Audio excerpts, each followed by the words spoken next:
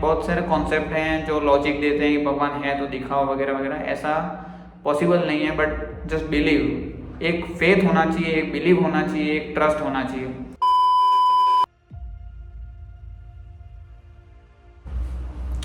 So hello everyone, this is हर्ष।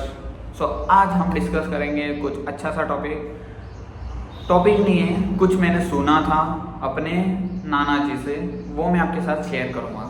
बहुत ही अच्छी कहानी उन्होंने सुनाई जो मुझे अच्छी लगी। ऐसे तो मैंने वो कहानी बहुत बार सुनी है, मतलब समझ में आता है कि जो होना है वो होना है, ये कुछ पैटर्न समझाता है, यानी कि जो आपका कर्म है वो आपको बचा लेता है, ऐसा कुछ उस कहानी में है। तो बहुत ही इंटरेस्टिंग कहानी है, सुनना ज़रूर।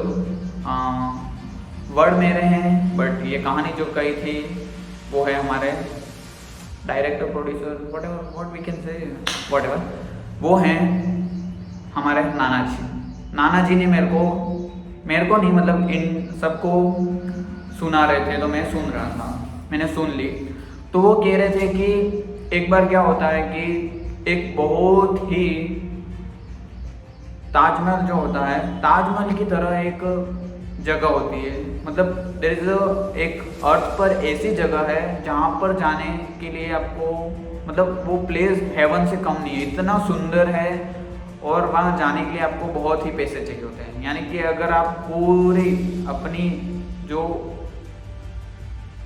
कमाई है वो पूरी बेच दोगे तब जाकर आप वहाँ जा सकते हो। तो वहाँ जाने के लिए आपको पूरी कमाई बेचनी होती है, और मतलब वो बहुत ही आलीशान जगह है, मतलब वहाँ जाने के लिए लोग तरसते हैं, वो चीज़ का एक्सपीरियंस लेने के लिए लोग मरते हैं, मतलब उनको वो बहुत ही अट्रैक्ट करती है वो चीज़। तो वो चीज़ बहुत ही अट्रैक्ट करती है। तो एक फैमिली थी जहाँ पर उनके 5 बच्चे थे, 5 बच्चे थे, तो उन्होंने डिसाइड किया कि क्यों ना हम यहाँ जाएं और वो जगह को विज़िट करें और देखें क्या वो जगह में ऐसा क्या है, कैसी है। तो उन्होंने ये डिसीज़न लिया और अपनी जो भी ज़मीन थी, जायदाद थी, वो सब कुछ बेच दी, और उन पैसों से उन्होंने अपनी पूरी फैमिली वालों के लिए टिकट खरीद ली वहाँ जाने के लिए। तो वहाँ जाने के लिए अब टिकट खरीद ली, अब 5-6 दिन बाद उनकी फ़्लाइट थी, उनको जाना था। तो वो जब टिकट के लिए, मतलब टिकट लेकर घर से निकलते हैं, घर तो था नहीं, बहुत रेंट पे कहीं रह रहे थे, तो वहाँ से जब निकलते हैं तब वो टिकट साथ में लेके निकलते हैं।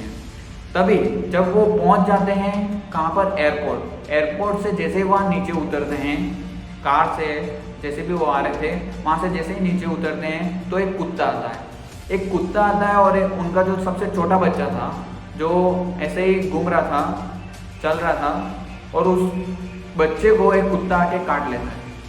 अब बच्चे को काट लिया, अब इमरजेंसी आ गई, अब बच्चा खड़ा भी नहीं हो रहा, हिल नहीं पा रहा है, उसको तुरंत ही मेडिकल देना होगा, मतलब तुरंत ही हॉस्पिटलाइज करना होगा, इतनी ऐसी कंडीशन आ गई थी क्योंकि कुत्ते ने काट लिया था।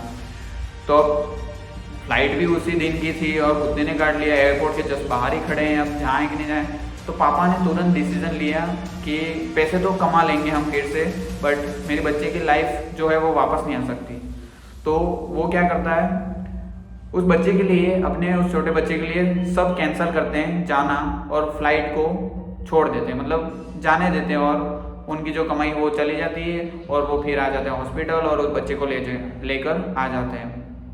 फिर नेक्स्ट डे जब फ्लाइट वहाँ पहुँच जाती है, मतलब वहाँ पर कुछ उनको जब 5 दिन बाद फिर ये सब तो हो जाता है, बच्चा ठीक भी हो जाता है, और रोज़ वो जो मालिक था जो कुत्ते को था वो गालियाँ देते रहता था, मतलब उस कुत्ते की वजह से मेरे साथ ये हो गया, इतना बुरा हो गया, व्हाटएवर, इतना बुरा हो गया उस कुत्ते की वजह से, एक कुत्ते की वजह से। अगर उस कुत्ते ने नहीं काटा होता तो हम आज वहाँ घूम रहे होते हैं। फिर वो 5 दिन बाद अखबार में एक न्यूज़ पढ़ता है कि जो लोग वहाँ पर गए थे उनके साथ इतना बड़ा हादसा हुआ है कि जहाँ जितने भी लोग वहाँ पर गए थे फ्लाइट में, उन सब की मृत्यु हो गई। मतलब वो जितने भी लोग उस दिन, जिस दिन उस मालिक की फ़्लाइट थी, यानी कि जो 5 बच्चों का फादर था, उनकी जो फ्लाइट थी, वो उसी दिन के जो भी लोग थे वो मर गए थे, ऐसा उसने अखबार में पढ़ा। जैसे ही उसने ये पढ़ा तो वो शॉक हो गया, मतलब ये क्या हो गया, मतलब हाउ इज़ दैट पॉसिबल, ये चीज़ कैसे हो गई कि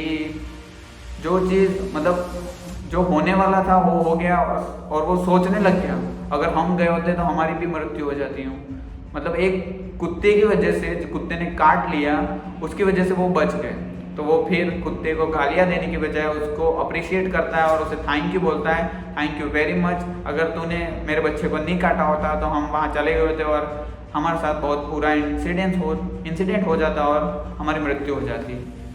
तो ये थी कहानी। कहानी का मोरल क्या है? देखो, बहुत इंटरेस्टिंग कहानी थी। मतलब होनी को टाल दिया किसी ने एक कुत्ते की वजह से। उनको लगा एट दैट मोमेंट, तो उनको लगा बहुत बुरा हुआ, हमारे पैसे चले गए वगैरह, बट जब बाद में वो चीज़ रियलाइज़ हुई, जब उनको न्यूज़ मिली वो, तो दे आर शॉक्ड। वो शॉक हो गए, यार ऐसा कैसे हो गया। तो मोरल ऑफ द स्टोरी, अगर आपका कर्म अच्छा होगा, आपके भाग्य में कुछ अच्छा लिखा होगा, तो वो चीज़ होनी ही है, भले ही आप कितनी भी कोशिश कर लो। उन्होंने करोड़ों रुपये गंवा दिए, फिर भी उनका अगर बचना लिखा था तो बच ही गए। आप समझ रहे हो, एक कुत्ते ने उनको बचा लिया। तो यहाँ पर बहुत से लोग होते हैं जो अपनी किस्मत को लेकर रोते रहते हैं। नहीं, आपको ऐसा नहीं करना है। आपकी किस्मत कब पलट जाए, कब कुछ हो जाए, आपको भी नहीं पता। बस just believe on the God, भगवान पर भरोसा करना चाहिए, दैट्स इट। तो फिर नाना जी ने हमारे यही कहा कि जो होना है वो तो होना ही है, आप सिर्फ भगवान पे भरोसा करना चाहिए। भगवान पे भरोसा तो करना ही चाहिए। भगवान है ना है वो किसी को नहीं पता है, बट भगवान पे भरोसा करना चाहिए। ऑब्वियसली भगवान हैं पर दिखते नहीं हैं। बहुत सारे कॉन्सेप्ट हैं जो लॉजिक देते हैं कि भगवान है तो दिखाओ वगैरह वगैरह, ऐसा पॉसिबल नहीं है। बट जस्ट बिलीव, एक फेथ होना चाहिए, एक बिलीव होना चाहिए, एक ट्रस्ट होना चाहिए। तो आई होप आपको ये कहानी अच्छी लगी होगी। अगर मेरी ये कहानी नाना जी ने भी देखी होगी तो थैंक यू वेरी मच नाना जी, आपने मुझे ये कहानी, मुझे नहीं मतलब सबको सुनाई और बताई, जिससे बहुत कुछ समझ में आता है। Thank you very much for watching. इस कहानी से आपको क्या शिक्षा मिली, इस कहानी से आप क्या सीखे, मुझे कमेंट करके बताओ। और कोई आपके माइंड में कोई कहानी हो तो मुझे कमेंट करके बता दो, वो कहानी फिर हम डिस्कस करेंगे। तो thank you for watching, that's it for today. जय श्री कृष्ण।